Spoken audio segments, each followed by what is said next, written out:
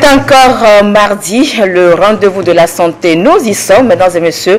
Bonsoir. Le mardi dernier, nous avions parlé de l'importance de l'eau et son apport pour notre organisme. Malheureusement, l'émission n'a duré qu'une demi-heure au lieu d'une heure de temps. Toutes nos excuses pour ce désagrément dû à l'actualité du football mondial. Comprenez donc que c'était indépendamment de notre volonté. Nous continuons donc l'émission ce soir avec le même thème, je le rappelle, usage interne et externe de l'eau. Quel avantage pour notre organisme? Merci pour votre bonne compréhension et l'intérêt que vous portez à l'émission Santé d'abord.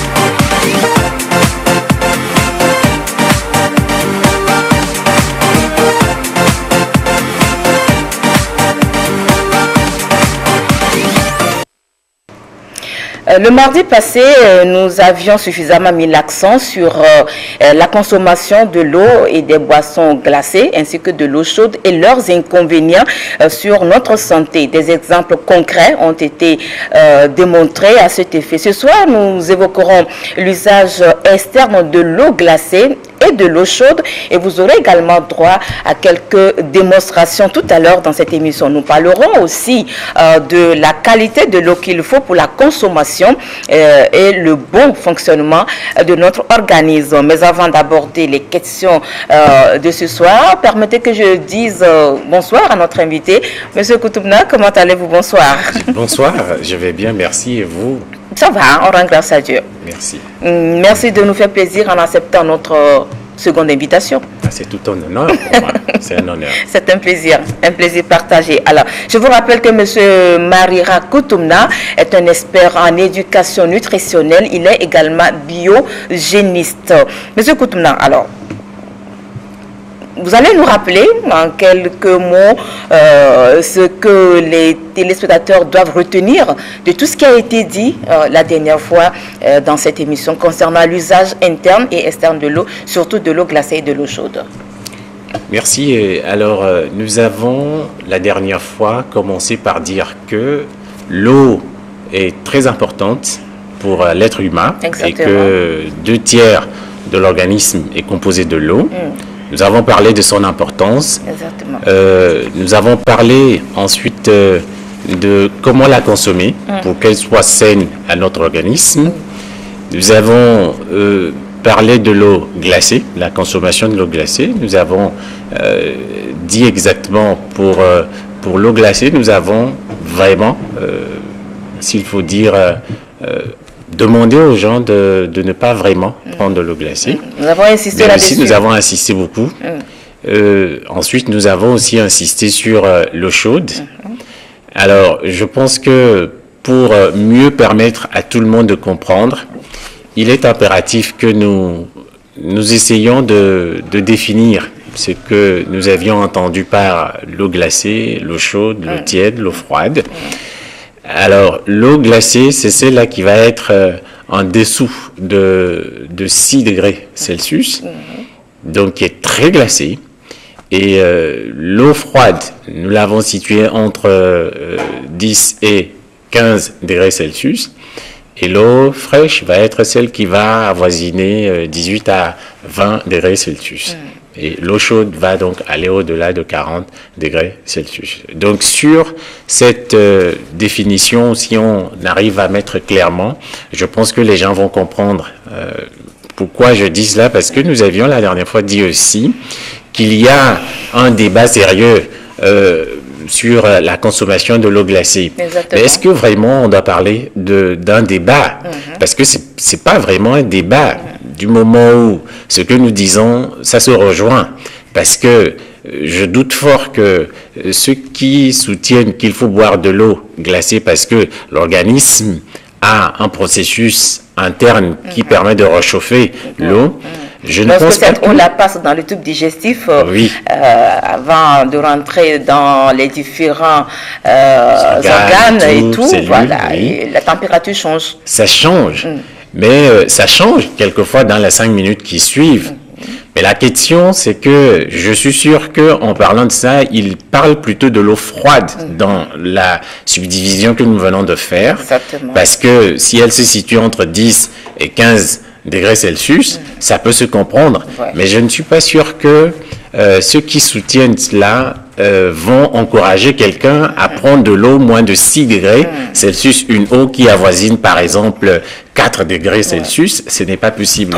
Trop glacé. Trop glacé. Ce n'est pas bon. Donc je me dis que réellement il n'y a pas débat, mais c'est une question de pouvoir faire comprendre aux gens que c'est vrai que l'organisme peut amener à ce processus interne, mais il ne faudrait pas l'obliger.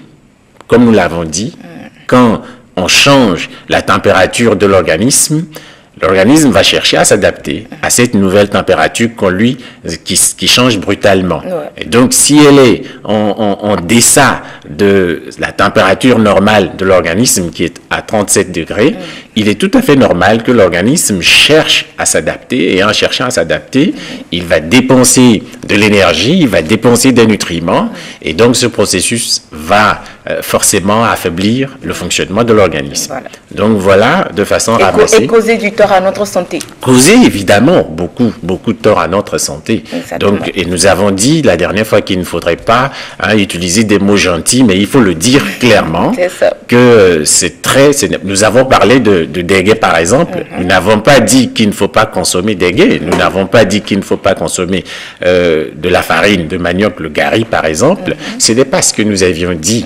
Mais nous avons dit le fait de rajouter des blocs de glace dans ces aliments est un problème pour notre organisme. Maintenant, nous avions aussi dit qu'on peut, à une température donnée, si on veut rafraîchir l'aliment, on peut le mettre au frigidaire pour une période donnée, à une température donnée. C'est ça.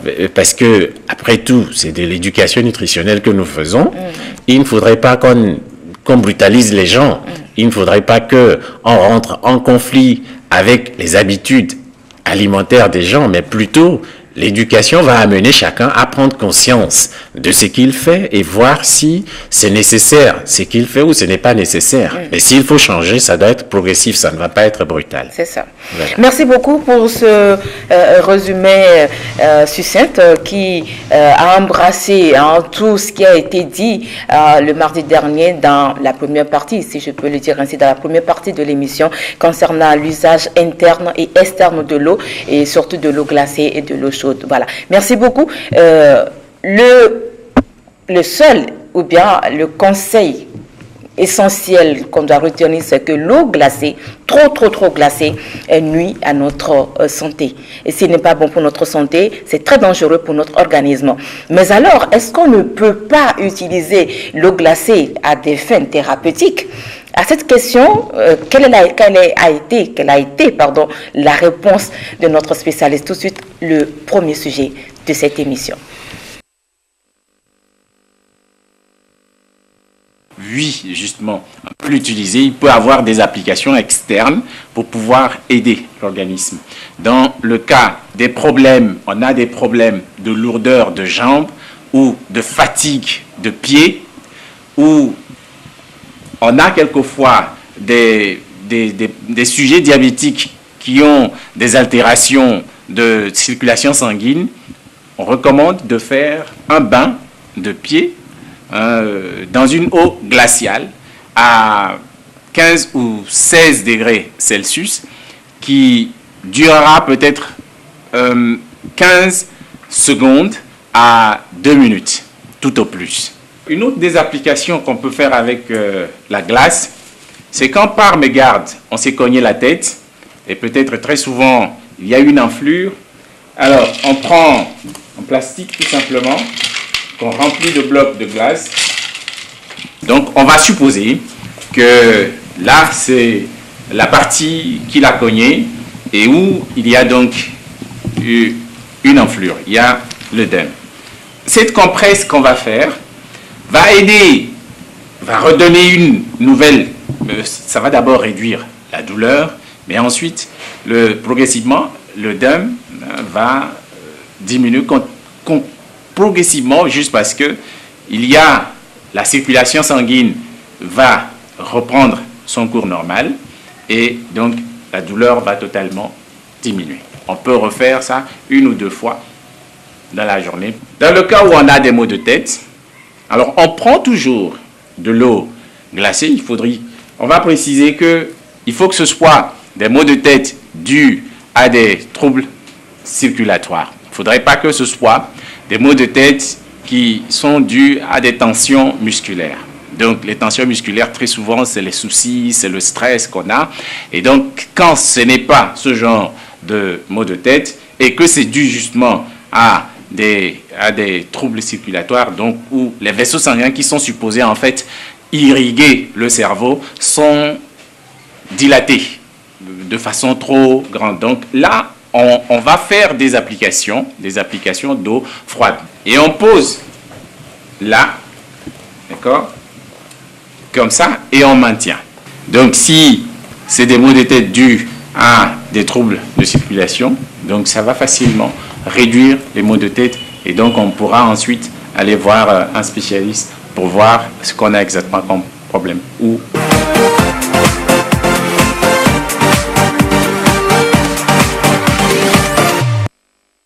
Voilà, à défaut de consommer de l'eau glacée, on peut s'en servir pour autre chose.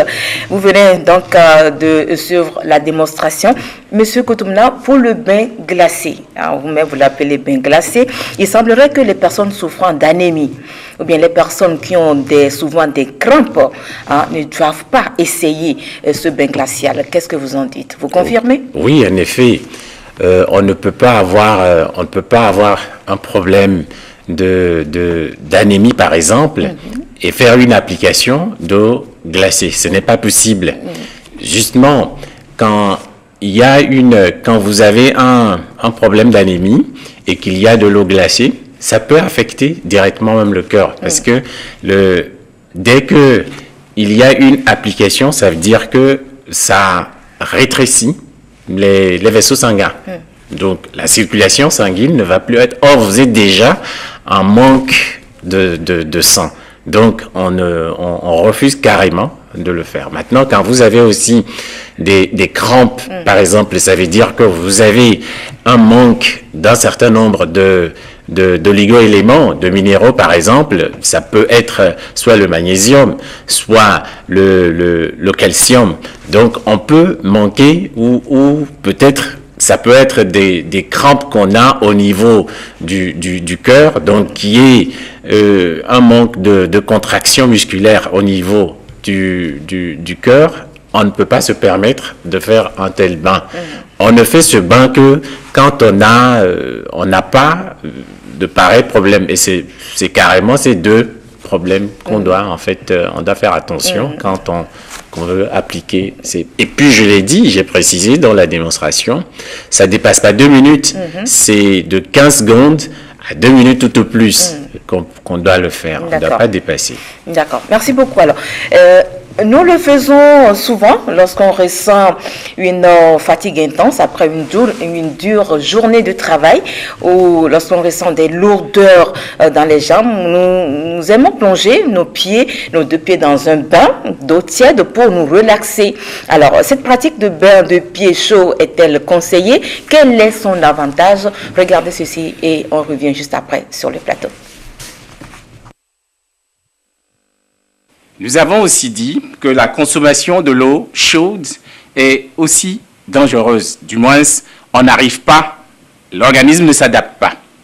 Alors, mais on peut l'utiliser sur des applications externes, comme celle que nous sommes en train de faire actuellement, c'est-à-dire un bain de pied dans de l'eau chaude. Mais là encore, il faut commencer progressivement. Il faut donner une première température qui doit être avoisinante à la température de l'organisme. Donc, on commence avec une eau à température de 36 degrés.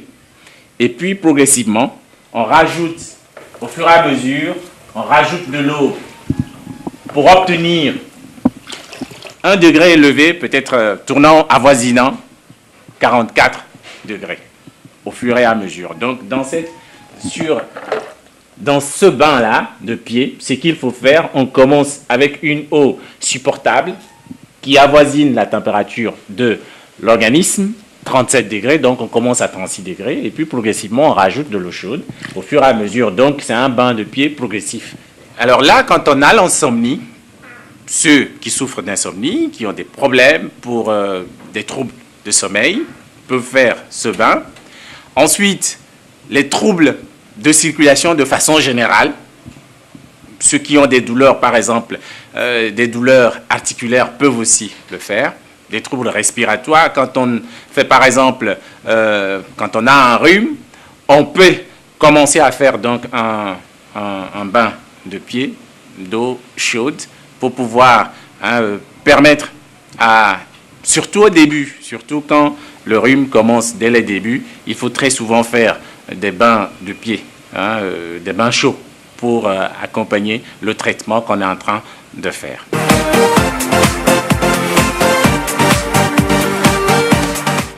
Voilà, ça se passe de tout commentaire. Je vais à présent partager avec vous quelques bienfaits liés à la consommation de l'eau potable, de l'eau à température normale, lorsque la quantité dont a besoin l'organisme est respectée. Et M. Marira nous dira ce qu'il en est exactement.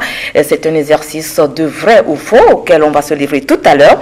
Alors, M. Koutoumna, dans mes recherches, j'ai découvert que la consommation régulière de l'eau participe à l'amincissement du corps. Vrai ou faux? Vous savez, on ne peut pas dire que c'est vrai, on ne peut pas dire que c'est faux. Ça dépend de l'usage qu'on en fait. Et ça dépend des applications qu'on en fait. Quand on prend le plutonium, par exemple, ça peut détruire toute la ville de Lomé. C'est de même que ça peut aussi alimenter toute la ville de Lomé. Exactement. Oui. Et donc, ça dépend de l'application qu'on en fait. Mais on ne peut pas dire que quand on consomme de l'eau, que ça va agir sur l'organisme pour l'amincissement. À moins qu'on a rajouté des principes actifs à cette eau. Soit on rajoute des plantes aromatisantes, par exemple. On peut rajouter du citron, on peut rajouter autres plantes. Voilà. Mais dire que c'est de l'eau plate, de l'eau ambiante qu'on consomme régulièrement. Oui. Oui, vous savez le risque que ça amène les gens à dire on m'a dit qu'il faut consommer beaucoup d'eau et que je vais mincir. Et alors ça devient une psychose et à chaque fois on boit de l'eau et quand on en prend trop, on a aussi des risques. Quand il y a trop d'eau, l'excès de toute chose étant nuisible. Voilà, ça devient aussi certainement qu'on va détailler cet excès d'eau. Mais là, il faut dire que on ne peut pas tout de suite tout go dire buvez de l'eau tous les jours, vous allez mincir. Vous savez, ça va être la catastrophe pour tout le monde. D'accord. Alors, la consommation de l'eau participe à la lutte contre la mauvaise haleine. Qu'est-ce que vous en dites? Ça, oui. Ça, oui. Vrai. Ça, c'est vrai. C'est vrai parce qu'il faut garder toujours l'eau, la langue toujours humide. La bouche doit être toujours humide. Quand je parle, quand je respire, il faut que les tissus au niveau des poumons soient toujours humidifiés. Oui. Et donc, il y a un métabolisme qui se fait. Et donc, plus il y a le gaz carbonique qui sort, plus je prends de l'oxygène. C'est un processus qui se fait et qui doit, en réalité, se faire. Ça se facilite quand il y a de l'eau. Et donc, quand on ferme la bouche pendant un temps, à un moment quand on l'ouvre, il y a une certaine odeur qui se dégage. Et donc, quand on prend de l'eau et qu'on a toujours la bouche humidifiée, on arrive à avoir une haleine fraîche. Oui, une haleine. Très bien. Si nous prenons régulièrement de l'eau, ça lutte contre les maux de tête. Vrai ou faux? Ça, oui. Vous savez, c'est vrai. Parce que il peut arriver que vous ayez des maux de tête justement parce que vous n'avez pas bu de l'eau. On peut avoir des maux de tête justement parce que on a fait un exercice, on a travaillé pendant un moment et on n'a pas pris soin de boire de l'eau. Et on peut avoir des maux de tête. Et ces maux de tête, il suffit quelquefois de boire de l'eau et puis ça rentre dans l'ordre. Maintenant, il faut savoir de quel genre de maux de tête il s'agit. Il ne faudrait pas aller dire que j'ai dit que à chaque fois qu'on a des maux de tête, que ça... Non, ce n'est pas ce que je dis. Ça dépend de quel maux de tête on a. Voilà. Si la cause, l'origine. Donc, il faut voir ça. J'ai dit qu'il y a différentes sortes de sources d'origine de mal de tête qu'on doit avoir. Et donc, si on les classifie, si on va voir un spécialiste, donc il vous dirait exactement c'est pour tel ou tel problème que vous avez des maux de tête. Maintenant, quand on a travaillé pendant un moment et qu'on ressent qu'on a un mal de tête, prenez de l'eau pour être sûr que ça ne provient pas d'un manque d'eau ou que l'organisme ne vous donne pas un signal qu'il faudra impérativement boire de l'eau. L'eau évite l'arthrose. Oui. Là encore, il faudrait préciser c'est quelle eau. Ça ne peut pas être de l'eau à 1 degré bas. Il faudrait que ce soit de l'eau tiède qu'on boit.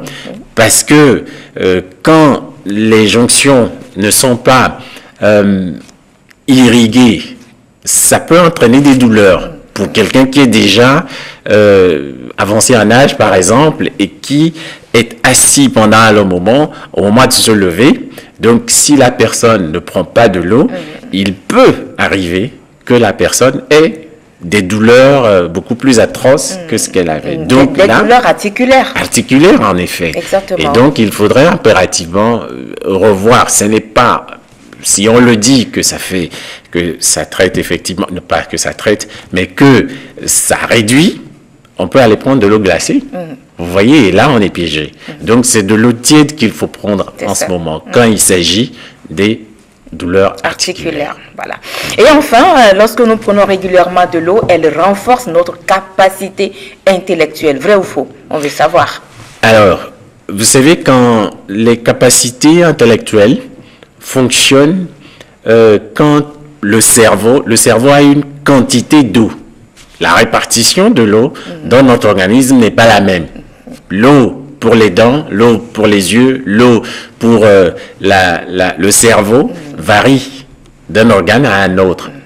S'il advient que vous n'avez pas le cerveau n'est pas bien irrigué normalement, s'il commence à avoir un manque, vous savez, quelquefois, quand on se concentre pour travailler et que on commence à sentir, on devient un peu tendu, on devient nerveux, quand quelqu'un vous parle, vous devenez nerveux, il faut se dire que prendre un verre d'eau pourrait résoudre le problème. Donc, ça peut agir sur les facultés quand on n'a pas bu de l'eau. Donc, il faudrait donner au cerveau la quantité d'eau nécessaire qu'il faut. Vous savez, l'eau, la teneur de l'eau dans l'organisme va aussi fonctionner avec le type de travail que nous faisons.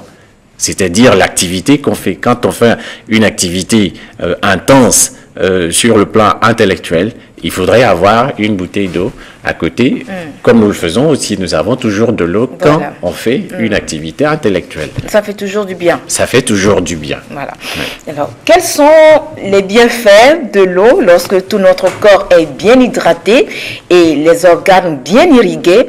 Je vous propose de regarder cette petite vidéo très instructive sur l'importance de l'eau pour notre corps. Regardez et appréciez vous-même. L'eau arrive dans le sang 5 minutes après avoir été bu. Bien choisir son eau est donc essentiel. L'importance de l'eau. L'eau de notre corps se renouvelle totalement en 7 semaines environ avec l'eau que nous buvons. Bien choisir son eau est donc essentiel. L'eau est l'énergie corporelle. Le manque d'eau est la cause première de la fatigue. Les recherches démontrent qu'une simple baisse de 5% des fluides corporels cause une diminution de 25% à 30% du niveau d'énergie chez la majorité des cas, alors que 15% provoque la mort. L'eau est la santé des seins. Consommer l'équivalent de 5 verres d'eau par jour réduit les risques de développer un cancer du sein. L'eau est la perte de poids. La consommation d'une quantité adéquate d'eau entraîne une perte de poids puisque l'amélioration des fonctions qui en découlent permet au corps de brûler les graisses emmagasinées dans les tissus. L'eau et la peau. Le manque d'eau et le vieillissement rendent la peau plus sèche. Une hydratation appropriée lui permet de rester douce, jeune et en santé. L'eau et le cerveau. Le tissu cérébral est composé d'eau jusqu'à 85% et la déshydratation entraîne une diminution de l'énergie qu'il génère. Des études ont révélé un lien entre le manque d'eau et la dépression ainsi que le syndrome de fatigue chronique. L'eau et les articulations. Des cartilages déshydratés accroissent la friction exercée sur les articulations, accélérant leur détérioration et causant de la douleur. L'eau et les maux de dos. L'eau accumulée dans la colonne vertébrale supporte environ les 3/4 du poids de la partie supérieure du corps et permet à cette structure vitale de profiter de ses effets de coussin hydraulique. L'eau et la grossesse. Les malaises souvent ressentis au réveil lors d'une grossesse peuvent être causés ou s'intensifier par la déshydratation. Tel est le signal transmis à la mère par le fœtus pour lui signifier qu'il requiert davantage d'eau. L'eau et le sang. Le manque d'eau provoque un épaississement du sang, ce qui accroît l'effort cardiaque et bloque l'accès aux capillaires sanguins, ce qui rend difficile l'acheminement des nutriments vers les organes vitaux. L'eau et l'asthme. La déshydratation du corps accroît les niveaux d'histamine, molécule sécrétée par certaines cellules de l'organisme provoquant des réactions allergiques d'ordre respiratoire, démangeaisons dues à l'inflammation et au resserrement des vaisseaux sanguins causés par l'histamine. Il y a eau et eau. Boire de l'eau c'est très bien mais est-ce que toutes les eaux sont-elles bonnes pour la santé? Quelle eau boire pour maximiser le bon fonctionnement de l'organisme?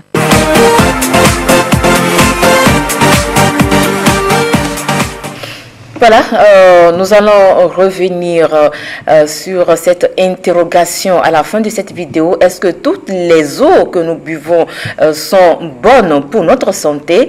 Parce qu'il y a eau et eau, il faut faire la différence. Nous allons revenir tout à l'heure.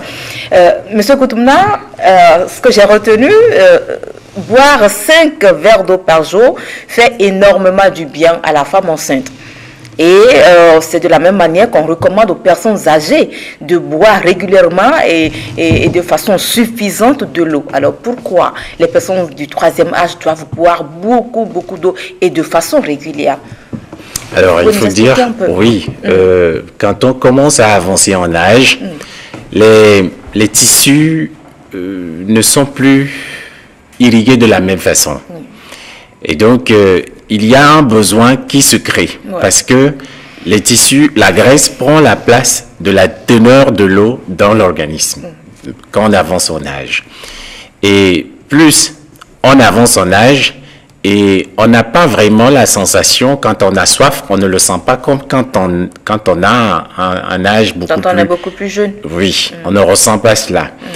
Et donc, on recommande nécessairement aux personnes âgées de boire forcément de l'eau, même quand elles n'ont pas soif. C'est-à-dire de faire un effort à chaque fois, de se souvenir de boire de l'eau.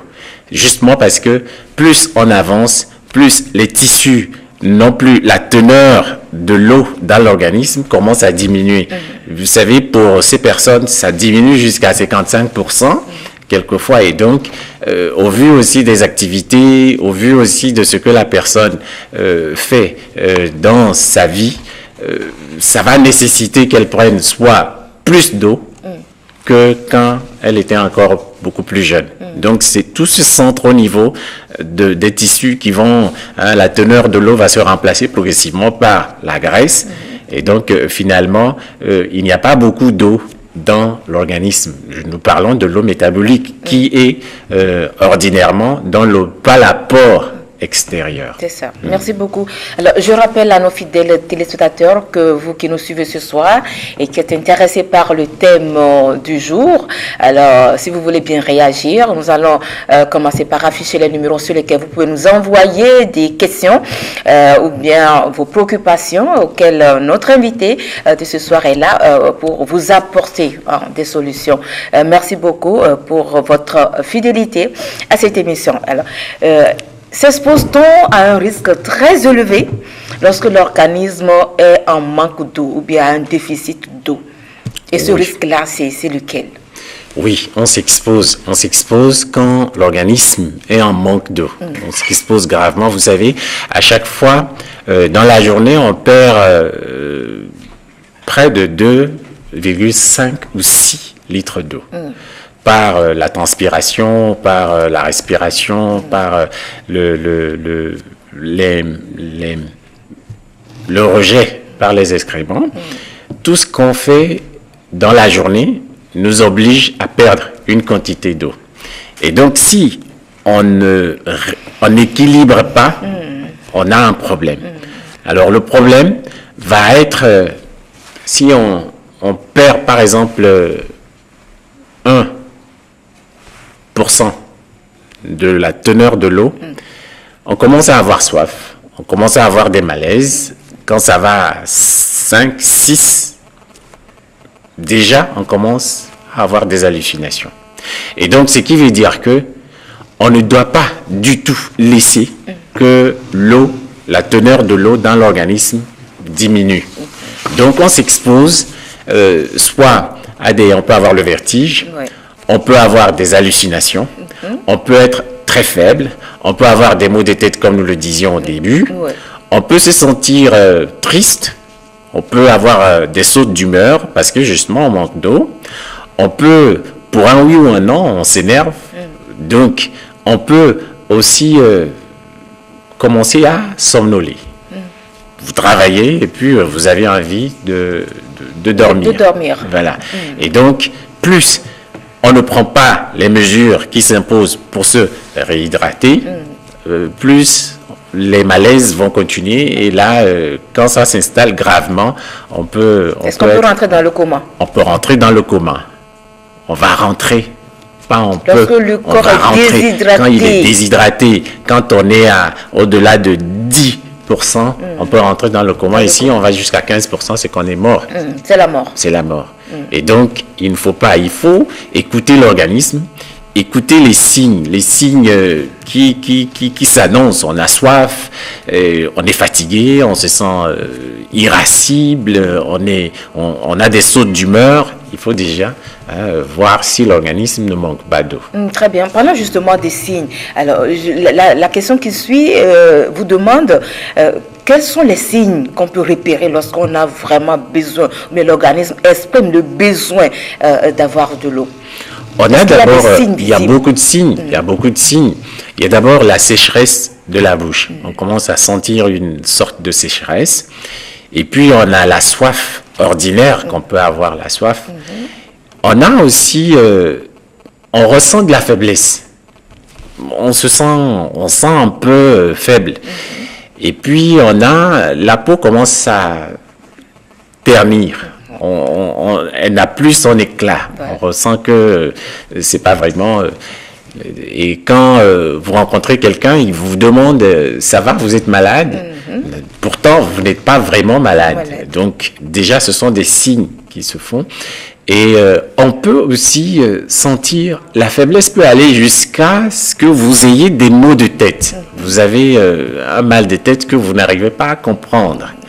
Et donc, ces signes, déjà, sont des signes qui s'installent et vous montrent clairement qu'il faudrait. Surtout quand vous commencez à ressentir, vous allez ressentir même des crampes quelquefois, parce que vous savez, la peau, c'est l'organe le plus volumineux qui nécessite beaucoup de choses. Et à tout moment, ça peut être à n'importe quelle partie de notre organisme, il va réclamer qu'on lui donne de l'eau, et si vous ne donnez pas de l'eau à l'organisme, il va réagir sur tous les plans. Il va réagir. Il va réagir. Oui. Alors, est-ce que la couleur de l'urine a-t-elle un lien avec l'insuffisance de l'eau dans notre corps?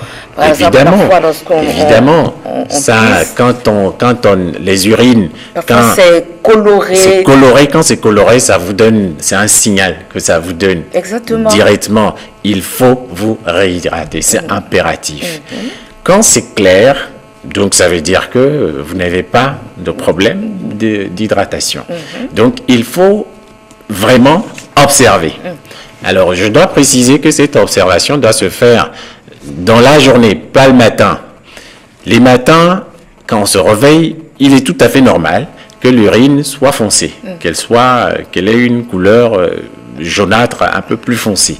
Parce que tout au long de la nuit, il y a eu une réparation des tissus, des organes, des cellules.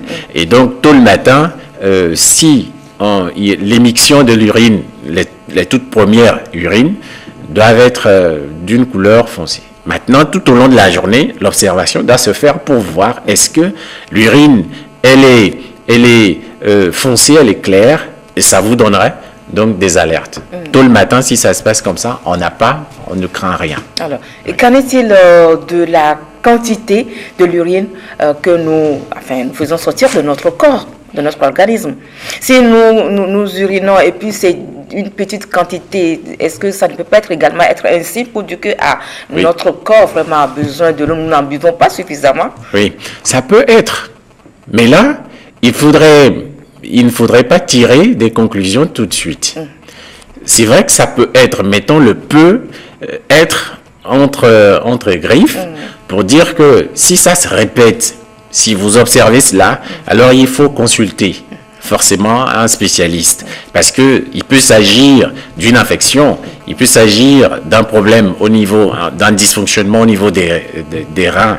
Donc il ne faudrait pas tirer des conclusions tout de suite et dire que c'est peut-être de l'eau, mais il faut boire et observer. Voilà. Si on observe, et quand bien même on a bu et qu'on observe que c'est toujours la même chose, il est préférable, il est recommandé d'aller voir un spécialiste. Un spécialiste, très bien. La seconde petite vidéo que je vous propose pour suivre nous indique comment savoir si nous buvons suffisamment de l'eau pouvant permettre un meilleur fonctionnement de notre organisme. Regardez.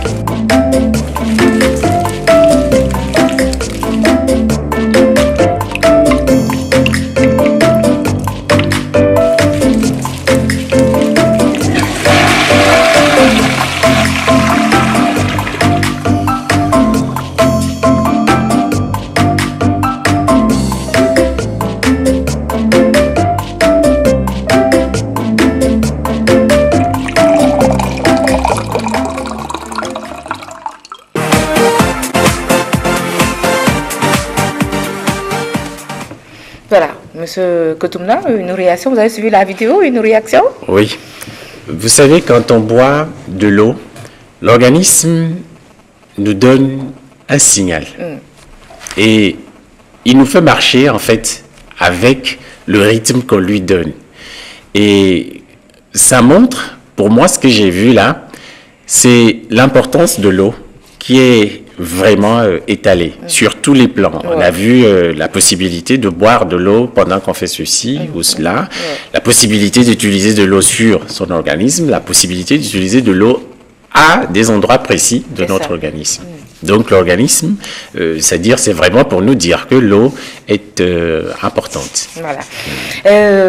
La première vidéo que vous avez regardée tout à l'heure, à la fin de cette vidéo, il y avait une phrase sous forme d'interrogation et je la cite.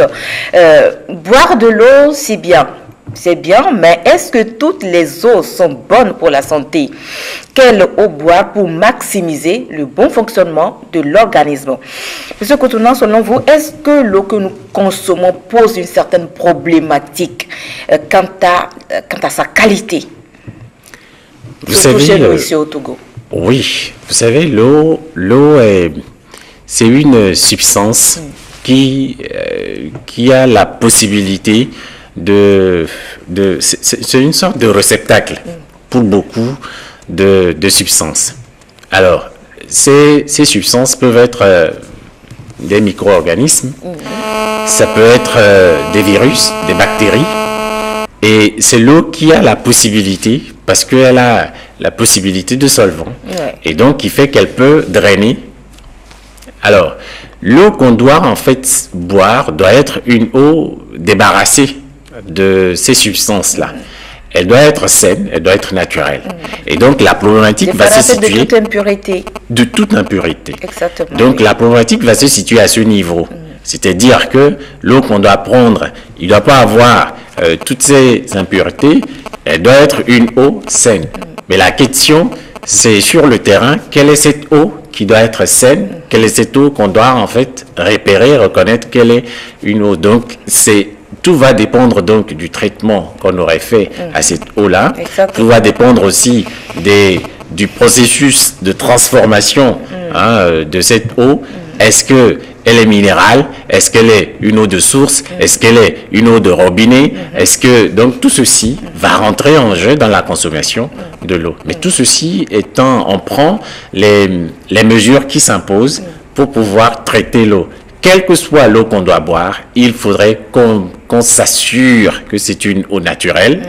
Il n'y a pas de colorant artificiel dans cette eau. Il n'y a pas de bactéries, il n'y a pas de virus. Sinon, on va déboucher sur des maladies. Voilà, c'est vrai, vous avez touché du doigt une réalité, c'est-à-dire que l'eau que nous buvons provient de diverses sources, que ce soit l'eau de pluie, l'eau de ruissellement. Les gens recueillent l'eau de pluie dans des jarres, mais Dieu seul sait si, avant consommation, est-ce qu'on la traite? Est-ce qu'on la traite? Et de façon traditionnelle, bouillir l'eau, je crois que c'est extrêmement important. Très important. Très important. Bouillir, oui, très important. Et même de rajouter des substances naturelles qui doivent en réalité faire... Quelles sont ces substances naturelles, par exemple? Alors, le citron... Pour filtrer l'eau... Il y a possibilité d'ajouter du citron, ou le zeste même du citron, qui a la possibilité de pouvoir, pendant qu'on prépare cette eau-là, de sortir quelques... Maintenant, il y a des substances qui sont utilisées, qui sont chimiques, mais qui ne sont pas à hauteur destructrice de l'organisme. Donc, on peut aussi utiliser. D'accord. Nous avons plein de réactions, plus d'une cinquantaine de SMS qui nous sont parvenus, qui continuent par nous parvenir.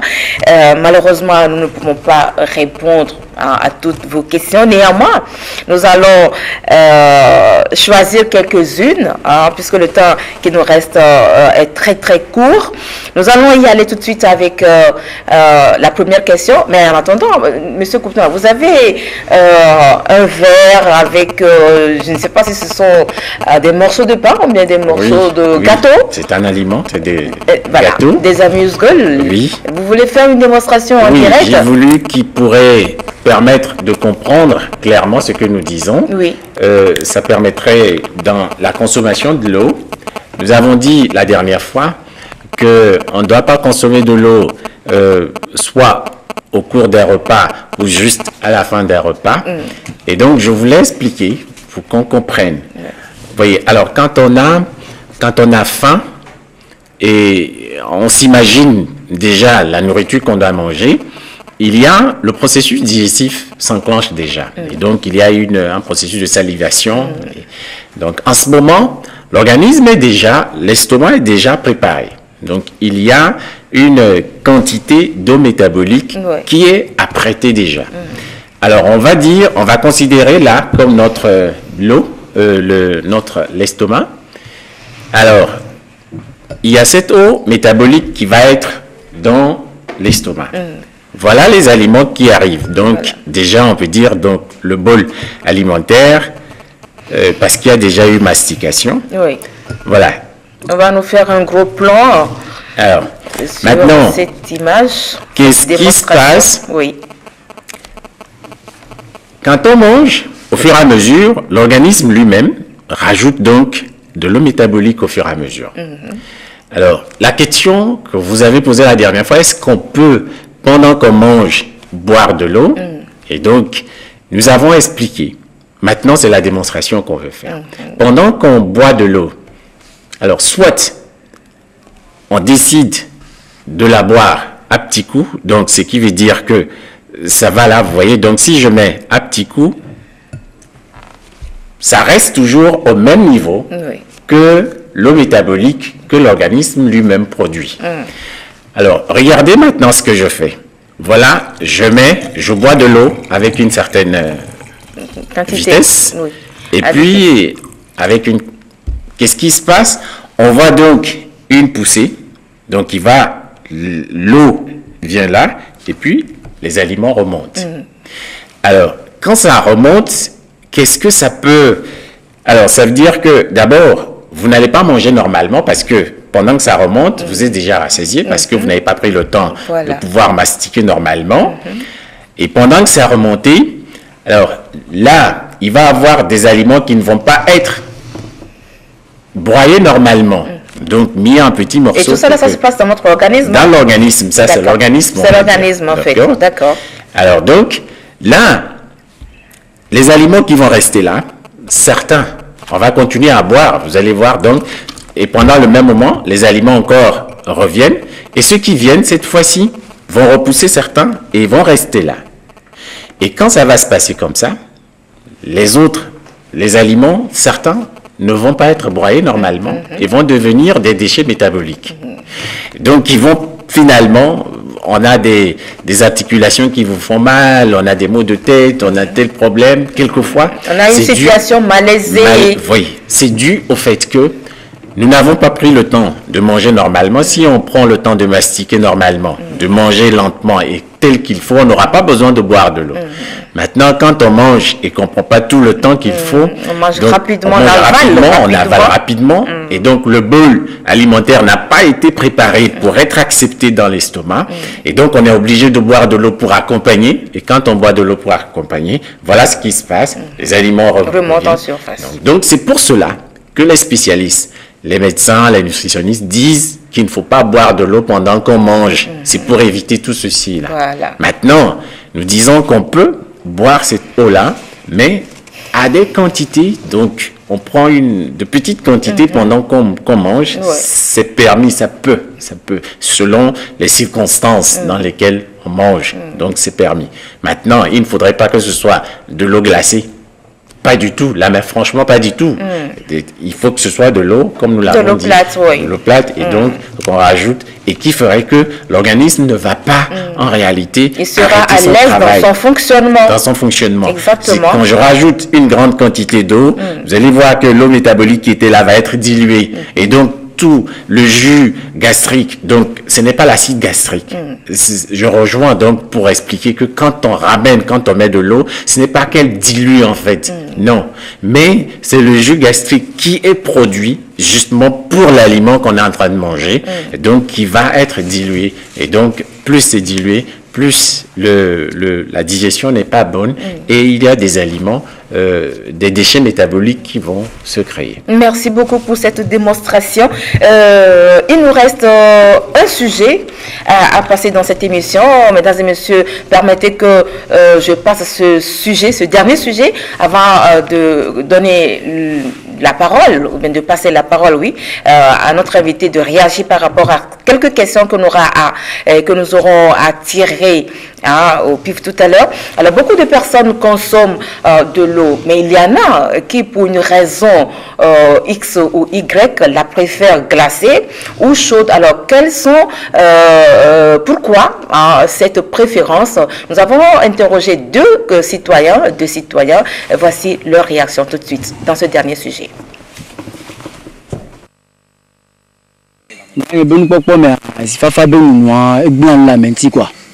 Sifafa benunwa mujona jina amegero neneke bejona jina amero donc amisa meku nuke amisa mekudo nuke jojina me quoi on va pas amwa mogero a olo sifafa so esizozo quoi amoro na sizozo bo yo amma ya folo roku Si Zozoa, nous les nuits, là, dans la moulon, il y a un massicabo. Nous avons un chabon d'Achia, nous, si Zozoa, elle a dit, et nous a coton. Et si Zozo, ben, il y a aussi Fafa quoi. Parce que Zozo me mille.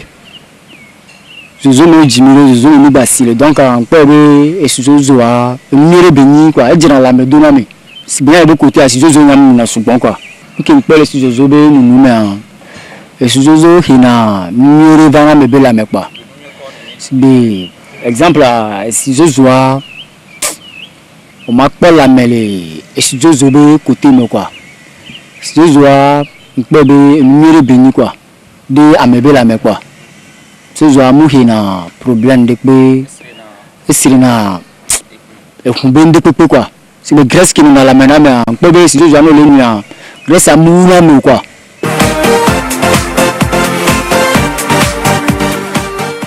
Voilà, juste une réaction, Monsieur Koutoumna, lorsqu'il parle de l'eau chaude, nous allons relativiser, hein, l'eau chaude, c'est-à-dire l'eau tiède, voilà, l'eau tiède. Alors, boire de l'eau tiède permet de brûler les graisses dans le corps, corrige la constipation et lutte contre le vieillissement. Qu'est-ce que vous en pensez? Ça, je suis d'accord avec ça. Je suis d'accord parce que nous l'avons dit depuis la démonstration, nous l'avons dit que quand on prend de l'eau tiède, on expose l'organisme à tous les bienfaits de l'eau. Et on profite même aussi de tous les bienfaits de l'eau. On a tout ce qu'il faut comme vertu de l'eau. Je suis d'accord avec ça. 4 minutes juste pour clôturer cette émission. Donc ça veut dire que nous allons juste prendre 4 questions avec 1 minute chacune pour les réponses. Monsieur Koutoumna, bonsoir. Qu'en est-il des eaux gazeuses? C'est juste la question. Bonsoir. Qu'en est-il des eaux gazeuses? Tout le monde ne prend pas de l'eau. Les eaux gazeuses, tout le monde ne peut pas en prendre. Quelqu'un qui a des problèmes gastriques, par exemple, ou peut-être des ulcères, par exemple, ne peut pas se permettre de prendre de l'eau. Je pense que c'est prescrit à des gens spécifiques, pour des problèmes spécifiques aussi. Très bien, aussi. Bon. Bonsoir à vous et bonne émission. Juste pour saluer l'invité pour ses conseils de la part d'un de ses amis au nom de M. Paka, qui vous suit depuis Agné. Bonsoir, M. Paka. L'invité vous retourne la salutation. Merci beaucoup. Encore de petites questions, si la régie nous le permet. Si un nouveau-né de 3 mois peut prendre un peu d'eau contre la toux, est-ce qu'un nouveau-né de 3 mois peut prendre un peu d'eau contre la toux? Alors ça dépend si déjà le nouveau-né est exposé, si c'est une prescription médicale, je pourrais dire oui. Ça veut dire que c'est sous contrôle médical. Sous contrôle médical. Bonsoir à vous. Il arrive des fois qu'on urine plus de 5 fois dans 1 heure. Je voulais savoir si cette situation est liée à la consommation de l'eau. Ça peut, et il faut faire très attention. L'hyponatrémie est au carrefour et il faut faire très attention parce qu'en 1 heure de temps, l'organisme ne peut pas filtrer 1 litre d'eau. Ce n'est pas possible. Donc, si vous avez des émissions d'urine très régulièrement, il faut faire très attention. Il faut aller consulter pour voir. Parce qu'en 1 heure de temps, c'est pas possible. D'accord. Bonsoir. Nous vous remercions pour tout ce que vous faites. De rien. Nous sommes là pour vous. Je m'appelle Bruno. Je n'arrive pas à comprendre quand j'ai soif et que je prends une boisson. Je ne suis jamais satisfait. Il faut que je prenne de l'eau. Alors, ma femme, il continue toujours, il dit, ma femme m'a expliqué un phénomène sur elle. Quand elle est dans ses périodes menstruelles, elle a tellement envie de prendre de l'eau fraîche et aussitôt pris, elle est satisfaite. On ne comprend pas pourquoi. Alors, ça veut dire que des deux côtés, il y a un problème. Que ce soit pour le monsieur qui, il faut impérativement de l'eau, c'est un problème pour lui. Ça veut dire que son organisme lui réclame des choses, mais lui-même, il impose d'autres choses à son organisme. Pour la femme, il faudrait qu'elle consulte vraiment un gynéco pour voir exactement quel est le problème qu'elle a exactement. Voilà. Il faudrait. Merci beaucoup. Nous sommes obligés de nous arrêter ici. Et maintenant, les questions il y en a beaucoup. Ça pour combien de fois cette émission vous intéresse et surtout le sujet de ce soir. Nous allons revenir sur ce même thème, dans les prochains jours. Donc, nous allons prendre en compte toutes vos préoccupations, les questions qui nous sont parvenues ce soir. Donc, gardez votre patience. Voilà, mesdames et messieurs, c'est la fin de ce numéro de Santé d'abord. Merci pour votre fidélité qui nous honore chaque jour davantage. Merci, monsieur Marie Rakotomna, d'être passé sur notre plateau et de nous avoir édifié sur tout ce que nous devons savoir sur l'usage interne et externe de l'eau, surtout sur la consommation de l'eau glacée et de l'eau chaude. Merci beaucoup. Merci à toute l'équipe de la réalisation et au cadre ici présent dans ce studio. On se donne rendez-vous le mardi prochain, même chaîne, même heure. Au revoir et excellente soirée sur la première. À très bientôt. Bye bye.